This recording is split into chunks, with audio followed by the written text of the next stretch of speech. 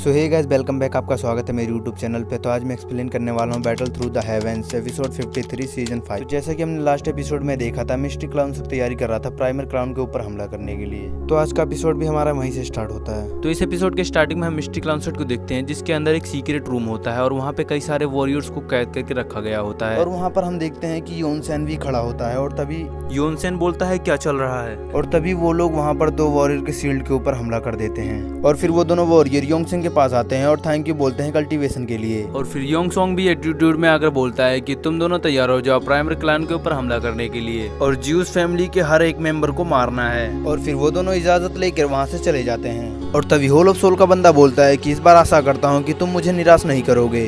और तभी योंगसेन बोलता है कि तुम लोगों को चाहिए क्या ज्यूस फैमिली से, जिसके लिए तुम लोग कुछ भी कुर्बान करने के लिए तैयार हो। ये सुनकर होल ऑफ सोल का बंदा भड़क जाता है और बोलता है तुमसे जो बोला गया है उतना ही करो, ज्यादा शाना बनने की कोशिश मत करो। और फिर योंगसेन वहाँ से चला जाता है और फिर हमें जियान का काफी आना दिखाया जाता है, जो इम्पियर फैमिली की तरफ जा रहा होता है। और उस ग्रेफने को सामने बैठा हुआ होता है जियान, जो कि काफी बैडेस लग रहा होता है। और वहाँ का मौसम काफी खराब होने लग जाता है, लेकिन जियान का काफी आना चलता रहता है, रुकता नहीं। और फिर सीन चेंज होता है और हम आइस एम्परर को देखते हैं, जो कि मिस्टिक क्लाउन के वॉरियर्स के साथ फाइट कर रहे होते हैं, क्योंकि मिस्टिक क्लैन ने प्राइमर क्लैन के ऊपर हमला कर दिया होता है। इस वजह से आइस एम्परर अपने फाइट करने में लगे हुए होते हैं। और सतीवती इधर खड़ी होती है, जिसके साथ काफी वॉरियर्स होते हैं और उन लोगों के पास रेड एरोज भी होते हैं, जिससे वो लोग मिस्टिक क्लैन के ऊपर हमला कर रहे होते हैं। और उन दोनों क्लैन के बीच में काफी गंदा फाइट स्टार्ट हो जाता है, जिससे काफी ज्यादा वॉरियर्स मारे जा रहे होते हैं, क्योंकि मिस्टिक क्लाउन के वॉरियर्स काफी ज्यादा होते हैं। इस वजह से वो चारों तरफ से हमला कर रहे होते हैं और प्राइमर क्लैन के अच्छे से ले रहे होते हैं। और तभी आइस एम्परर उन लोगों के सामने आ जाते हैं और अपनी आइस दुई की पावर की मदद से मिस्टिक क्लैन के वॉरियर्स को पीछे ढकेल देते हैं। और इस वजह से जो फाइट होती है थोड़ी देर के लिए थम जाती है। और तभी वहाँ पर व्हील चेयर पे बैठे हुए जियान का भाई जेडिन आ जाता है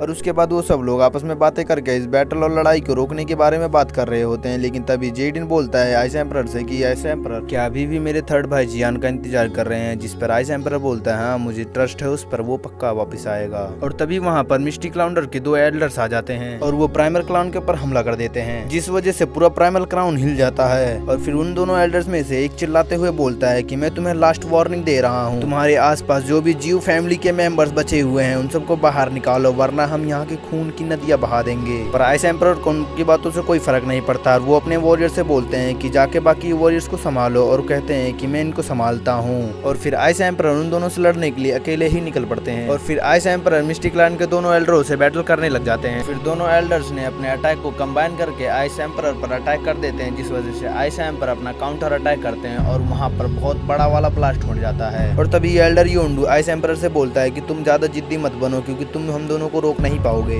जिस पर आइस एम्परर बोलते हैं कि कुछ भी हो जाए मैं हार नहीं मारूंगा, मैं तो तुम्हारी लेके रहूंगा, तुम भले मेरी जान ले लो। जिस पर एल्डर योंडू बोलता है कि तुम बहुत ही ज्यादा जिद्दी हो और अपने वॉरियर्स को अटैक करने के लिए बोल देता है, जिस वजह से दोनों क्लैन के बीच वही गंदी वाली फाइट फिर से शुरू हो जाती है। और तभी बैटल के बीच में प्राइमर तांगसेन आसमान में देखता है कि आइस एम्परर के खिलाफ दो लोग खड़े हैं और तभी वो अपना विंग निकालता है और उसकी मदद करने के लिए निकल पड़ता है। लेकिन तभी वहाँ पर दो डाव विंग आ जाते हैं और बोलते हैं कहाँ भैया कहाँ चले, हमसे भी थोड़ा लड़ लियो, बैटल कर लियो। जिस पर प्राइमर तांगसेन थोड़ा घबरा जाते हैं, लेकिन वो दोनों डाव विंग लड़ने के लिए तैयार हो जाते हैं और प्राइमर तांगसेन भी लड़ने के लिए रेडी होने लग जाते हैं। लेकिन इधर हम देखते हैं कि दोनों एल्डर्स आइस एम्परर से बातें कर रहे होते हैं, जिस पर योंडू आइस एम्परर से बोलता है हमारे लीडर योनसू ने सही बोला था, प्राइमर क्लैन के ऊपर कब्जा करने के लिए सबसे बड़ी मुसीबत यही है कि आइस एम्परर बीच में लड़ने के लिए आएगा, क्योंकि ये काफी ज्यादा अकड़ू है। और तभी एल्डर योनसू बोलते हैं क्या बकचोदी कर रहा है फालतू में, जल्दी से इसको पेलना शुरू कर। और तभी वो दोनों आइस एम्परर के ऊपर टूट पड़ते हैं और वो दोनों आइस एम्परर के ऊपर भारी पड़ रहे थे, क्योंकि वो दो थे और वो ये सिंगल थे। और तभी वो दोनों फिर से कंबाइन अटैक करके आइस एम्परर के ऊपर फिर से अटैक कर देते हैं। और फिर आइस एम्परर अपनी शील्ड बना के उस अटैक को रोकने की कोशिश करते हैं। ये अटैक बहुत ज्यादा पावरफुल था, तो उनको रोकने में काफी दिक्कतें हो रही थी। और इतने में ही तभी हमारा सीन कट होता है। हम देखते हैं दूसरी तरफ, जहाँ पर सैंड एम्परर की पोती बोल रही होती है क्या हम उनकी मदद करने नहीं जाएंगे, पर सैंड एम्परर इस पर कोई भी रिप्लाई नहीं देते। बट फामा थोड़ा सा सैड होकर बोलते हैं कि तुम ये बात भली भांति जानती हो कि मिस्टिक क्लैन कितने ज्यादा पावरफुल, अगर जो हम उनके पास गए या फिर हमने पंगा लेने की कोशिश की तो हमारे क्लैन पे थोड़ा प्रॉब्लम आ जाएगी। और फिर सीन चेंज होकर नाइन फैमिली के ऊपर आ जाती है। नयन फैमिली बोलती है क्या हम लोग उनकी मदद करने नहीं जाएंगे। तब फिर नयन के ग्रैंडफादर बोलते हैं कि नहीं, थोड़ा बात को समझो, हम लोग नहीं जा सकते। और इधर यामी अपने वॉरियर से बोल रही होती है कि जाओ जाकर अटैक करो, हम उनसे हार नहीं सकते। और इधर यामी के साथ जेडी भी कुर्सी पे बैठे हुए मिस्टी क्लैन के वॉरियर्स को मार रहा होता है। एंड जस्ट उन्हीं के पीछे जियो फैमिली के मेंबर्स होते हैं जो कि काफी ज्यादा डरे हुए होते हैं और वो एक कमरे में बंद होते हैं। और इधर हमारा सीन कट होता है, हम देखते हैं आइस एम्परर उन दोनों से बैटल कर रहे होते हैं। और आइस एम्परर को उन दोनों से बैटल करने में काफी दिक्कत हो रही थी क्योंकि वो दो थे और आइस एम्परर सिंगल थे, जिस वजह से वो थोड़ा पीछे खिसकते हुए जा रहे थे। लेकिन फिर भी आइस एम्परर हार नहीं मान रहे थे, पूरी कोशिश कर रहे थे और अपने आइस से अटैक कर रहे थे। पर आइस एम्परर को समझ में आ जाता है कि इससे काम नहीं बनेगा और आइस एम्परर अपनी पावर से दो ड्रैगन्स को बनाते हैं जो कि बहुत ज्यादा पावरफुल होते हैं। और फिर आइस एम्परर उन दोनों ड्रैगन की मदद से उन दोनों के ऊपर हमला कर देते हैं जो कि काफी ज्यादा कूल लग रहे होते हैं। और फिर वो दोनों एल्डर्स की फटने लग जाती है क्योंकि वो दोनों ड्रैगन्स उन दोनों पर भारी पड़ रहे थे।